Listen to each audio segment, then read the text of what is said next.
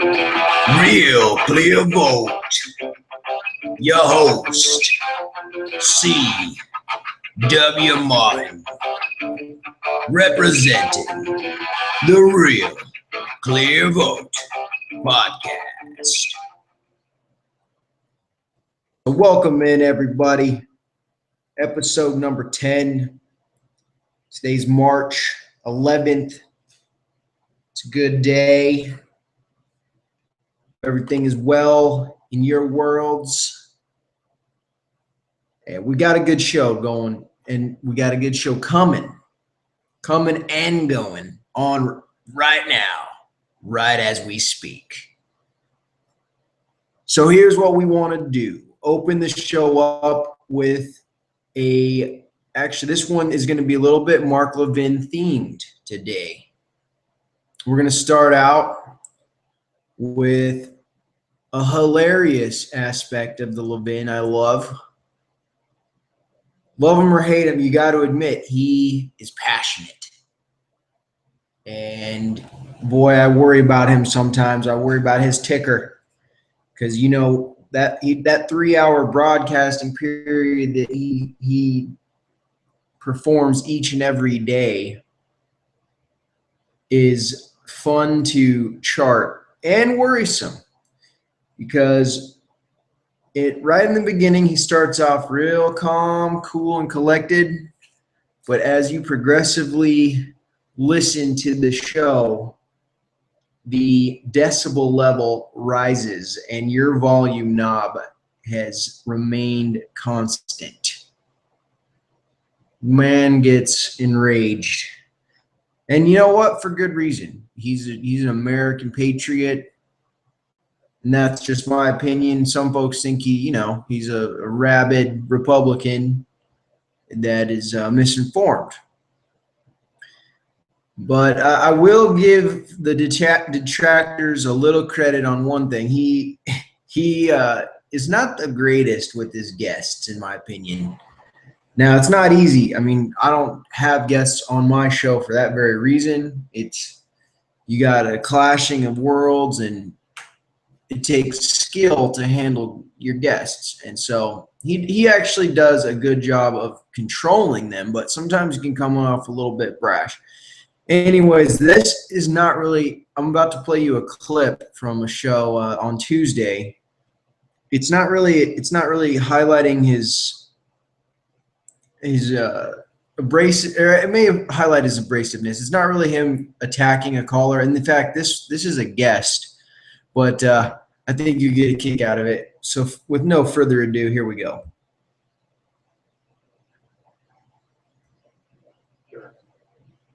John Locke, you're one of the few with the guts to actually talk about this stuff in a rational way. I want to thank you, my friend. You have a piece in the New York Post today, and we will link to that as well. No, I appreciate it. I wanted to say, if people want to get more information, they can go to our website, crimeresearch.org. Let's post that, crimeresearch.org. Right. If people are interested, we're going to be having a dinner in Nashville. All right, that's enough. You can go to the website, and if people want to look, they can go there. Your people set up a mention it. So yeah, well, I can't promote this. I love it. He did not want that dinner being plugged. I mean, hey, John Lott, you got your website popped up on there. You're not getting that dinner plug. Nashville dinner. Post it on your own god dang website, John Lott now. But that's hilarious. I like that. You gotta call out the plugging at some point. We live in a society with endless self-promotion. Not that I know anything about that at all. But all right, so let's move on to today's topics. Let's get into it. So like I say, it's a bit Mark Levin themed. In fact, today's show, just had a chance to listen to some of it, and he actually mentioned that over the weekend he acquired one of the Federalist Papers, actually number 48. Of course, the Federalist Papers represent a tremendous body of knowledge and is the greatest source of information to the founding fathers' thought process. So those are highly valuable. There's about 500 of them. He acquired number 48. Again, those founding fathers were incredible. Do they have their weaknesses? Absolutely. But that does not mean you throw the baby out with the bathwater. So why does Mark Levin value the Federalist Papers beyond the things already mentioned? Well, probably one of the greatest things is that they feared the absence of a government without a system of checks and balances. They feared either a judicial branch becoming too strong or either one of the other two branches becoming too strong. I guess the executive power would have been a better example, because right now and in times past, an executive branch can really put some pressure on the country and the Constitution itself. And of course, I had the opportunity of hearing Justice Scalia in law school, and he continued to make the point that, he emphasized the point over and over that the 900-pound gorilla in the room is the Congress, and they have the power. They have the most power. So while it's diluted amongst several hundred members, the power still itself is stronger and more apt to destruction of the Constitution than either of the two branches. So I'd have to agree with Justice Scalia on that. So the checks and balances are incredibly important. He also mentioned these papers also go into some of the political theory, the influencers behind these great thinkers. So we're all standing on shoulders of giants, and the fact that Montesquieu was such a great influence on these founding fathers of ours and others, John Locke and private property rights. And I don't know if our political ideology, it has changed and has become far more specialized, but I don't think that there is a more succinct way of looking at regulating a large body of people, also known as a country, and forming it as a republic. Now, clearly, it looks like the Constitution is held up for almost 200 years, and there have been, heck, I'm no historian, and I know there have probably been dark days in the past, but there seems to be some mighty big holes that case law, the Congress, the executive branch, the Supreme Court, they've managed to find ways to poke holes in these great thought leaders that founded our nation. So that's exciting that he acquired those papers. Now, he also gets into some points about, well, what's the purpose of today's Democratic Party? And whether or not you agree with this or not, it would be interesting for me to hear. If you got your opinions, please share them on the webpage.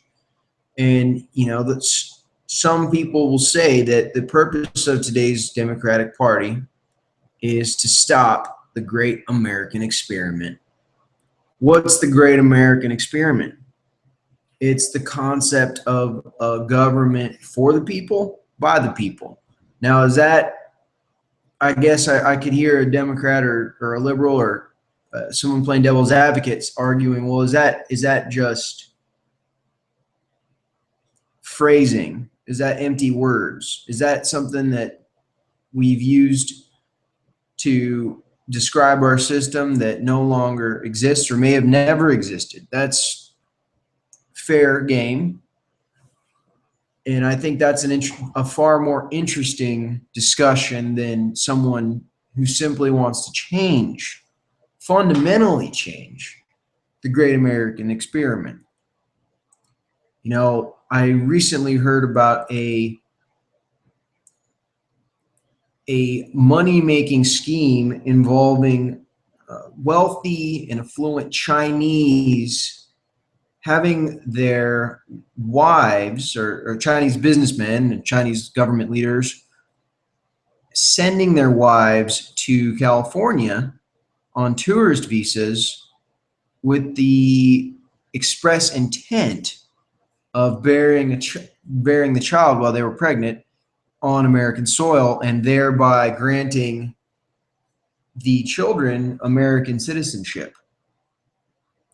And something to the and hearing that they pay great fees in order to effectuate, to take those actions and to come to this country and bear those children. And so it just was a great reminder of the lengths and the amount of ingenuity that goes into traveling to have the opportunity to be born in the land of the free and in the home of the brave. And whether those are empty words, but it does show you that people are willing to risk life, limb, vast quantities of coin just to come to this nation. And then I'm reminded of Cubans that ride on makeshift rafts across a rocky and freezing Atlantic Ocean, risking everything for the one express purpose of a life without a tyrannical government, a state overlord, the ability to own property, the ability to be free from bureaucracy and to be free from oppression, whether it be economic or religious. Or and one thing I'm in favor of is equal rights for gender equality and equal rights for sexual orientation.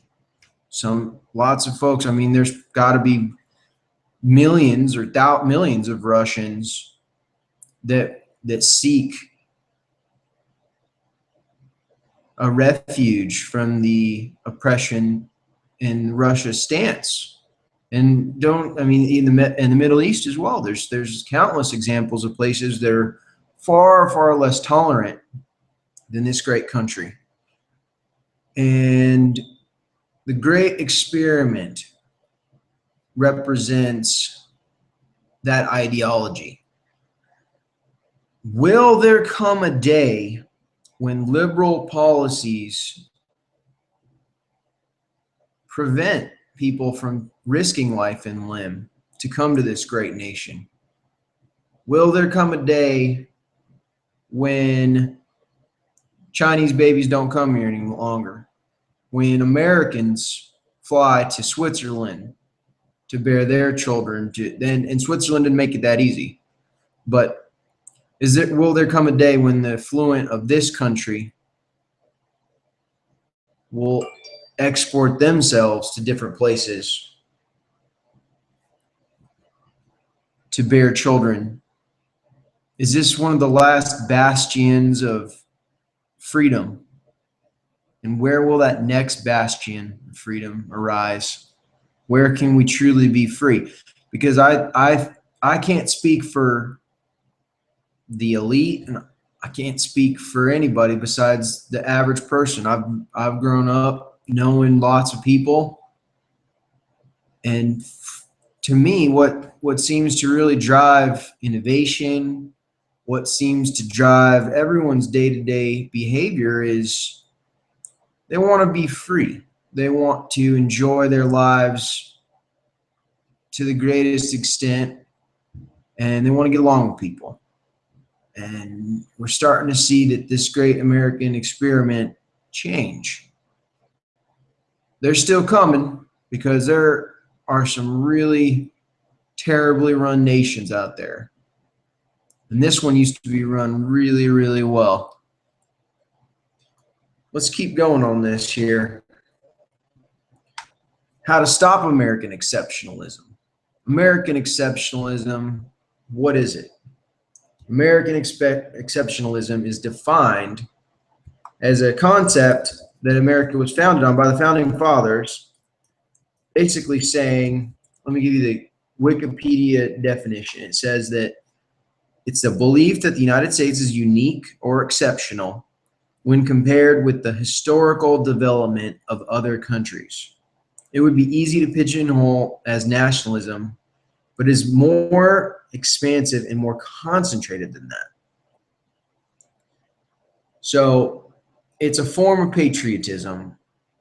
It's a belief that the United States is unique. It's manifest destiny is part of that belief. And I know that concept there's a lot of there's parts of these beliefs and these doctrines and these theories. There's people who were oppressed. And so these terms, manifest destiny, certainly don't sit well with certain groups. But that doesn't mean that this country was not blessed with exceptional resources, natural resources, and not only with the natural resources, but with the resources of the people and the culture. Think about the risk it took to hop on the Mayflower, and basically every single immigrant that came here. It takes a tremendous amount of risk. It takes someone willing to start anew in a new place. And so that culture has been bred into the American psyche. We're a risk taker. We're innovators. And it's amazing to see the things that have transpired and arisen from this culture. I want it to continue. So do you want to fundamentally change America is the question. And my answer is no. 100% agree. So like I say, come on in, realclearvote.com. Let me know what you think. Appreciate feedback. And the point of this website is to debate ideas. And I'm open, and people should come to this website with an open mind. My mind's made up until it's not. So put your points out and let's hear what you have to say. So, are we getting dumber is the second post of the day. This post gets at what is happening in America. Have you seen the movie Idiocracy? Do we elect the most likable politicians? And what's wrong with that? Number 3, our attention span. Can you go a day without your cell phone? So let's go back to Idiocracy. The movie is very interesting. It portrays a character, a protagonist who is not the brightest in the world, but due to time travel and in some different events, he actually goes up into the future and he's smarter than everyone else because the society has devolved. And this is not a unique concept, and it's been explored by other authors in the past, including H.G. Wells in The Time Machine and Aldous Huxley's Brave New World. And in those 2 novels, the underlying and sometimes overt theme deals with the state thinking for the individual. And I'm not sure of what the cause is. If the cause is debated, but it seems like there is just a de-evolution of just the average American. Now, the extremes seem to be going the other direction. So your smart are getting smart, the smartest are getting smarter, and probably the dumb are getting dumber. But it's food for thought. And the movie is not the greatest. I didn't think it was the greatest production, but the point behind it is pretty fascinating. Now, let's move on to the second issue that kind of hits at why this particular infographic shows that we might be getting dumber, and that's charisma. And are we electing the most likable politicians, and is that bad? Why does the fact that we elect the most likable person a sign of dumbing down the populace? And I would argue that, you know, there are some smooth talking actors out there that are exceptionally well liked and exceptionally charismatic. We don't necessarily want them making decisions involving nuclear weapons. And perhaps someone who would be so charismatic but would have an inability themselves to understand the consequences of running a extremely sophisticated society that is the United States and lots of other countries. And I will make the point here that this is not only a trend in the United States, but you see pop stars, Manny Pacquiao in Thailand as a senator, I believe, or a politician.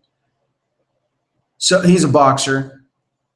So you see athletes, you've seen, a few athletes and you've seen the wrestler Jesse Ventura. Now he's kind of an exception in my opinion. He seems to be pretty articulate about what his ideas and concepts are. Now he can get out there, don't get me wrong, but he's both charismatic and he seems to have a pretty good understanding of what's going on in the world.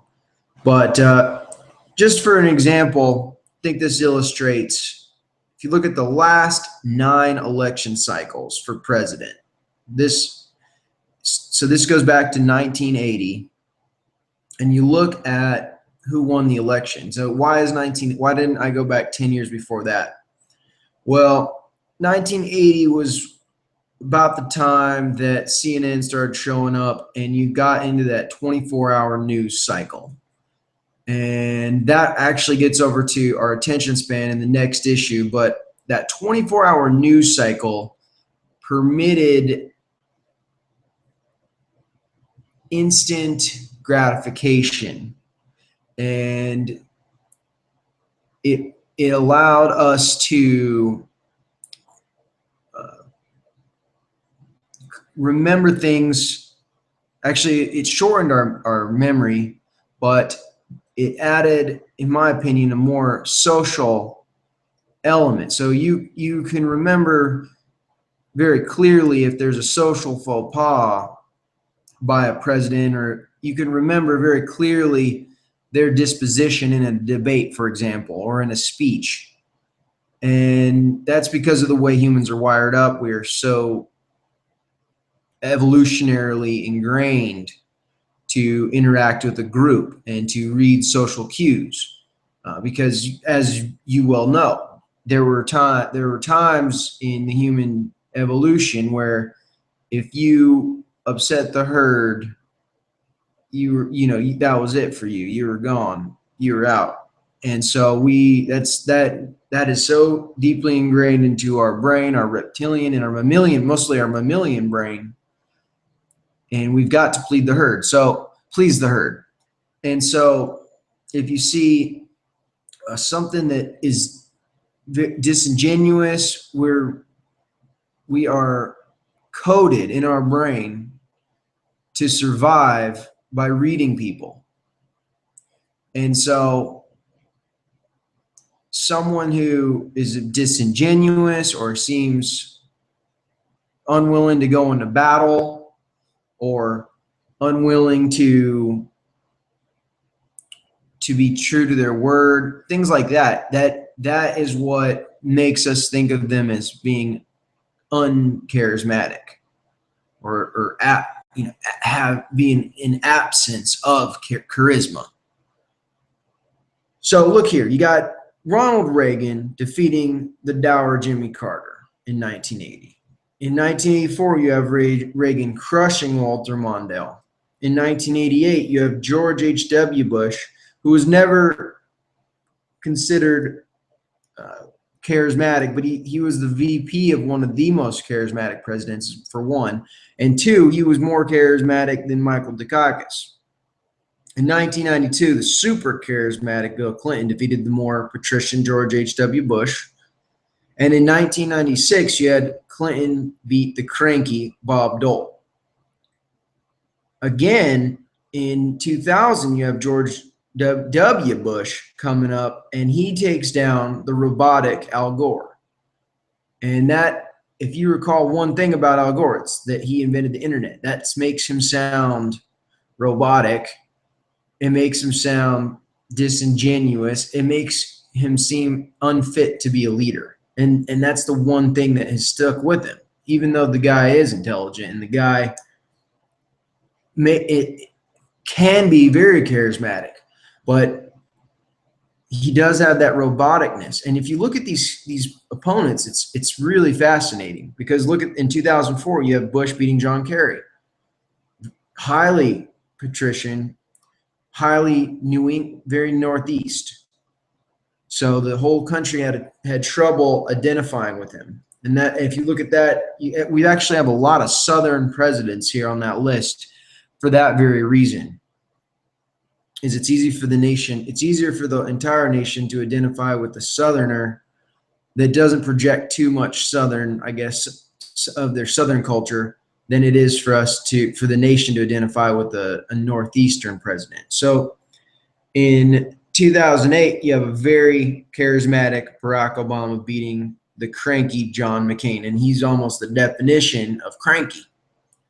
And again, 2012, Obama beat the stiff Mitt Romney. That's the thing you heard over and over again. That's the narrative. He was stiff, and he was. The proof is in the pudding. If you look at him, he does not look as good as Obama or relaxed. It's just, that's the truth. It doesn't matter anything about their policies, what they believe in, anything like that. What matters is whether they came off as more charismatic. So let's move into the third aspect of, are we getting dumber? And is it, can you go a day without your cell phone? Do you have the attention? So do you have the attention span, or has it been in decline? And a Nobel Prize-winning economist named Herbert Simon predicted our future in 1977, saying, "A wealth of information creates a poverty of attention." And I know this is true for me, is that nowadays there's so much out there that it's a paradox of choice. You don't know what to do because there's so many things to do. You don't know what to buy because there's so many things to buy. You don't know what kind of music to listen to because there's not one country station in your town playing the super polished Nashville stuff, which is good. But, and then even past that, I remember coming up in high school, I would listen to lots of CDs. But now, you know, you don't want to buy a CD because it costs, you don't want to pay for something you can get for free. But at the same time, I don't listen to hardly the same amount of music that I did then. And I think that partly has to do with my age and just different times. But I also think that a lot of it has to do with the way to listen to music. So one interesting couple little tidbits here for you is that the average attention span, this is according to National Bureau of Statistics, in fact. So the average attention span is 8 seconds, and that was recorded in 2013. Now, that number was almost double in 2000. And it was 13 seconds. In 2013, it was 8 seconds, and in 2000, it was 13. And the average goldfish attention span is 9 seconds. So clearly, we're starting to become way more engaged, or way less engaged, and way more easily preoccupied. So if we're aware of it, it can make us better. And that's the point, is that we want to be aware of what's going on and do the best we can as a society and as individuals, because the society is just a bunch of individuals. All right. So you know what? I'm going to say yes, dumber on this one, and I'm going to call it for a day. We've got on this one, it's an interesting vote. We got 5-4.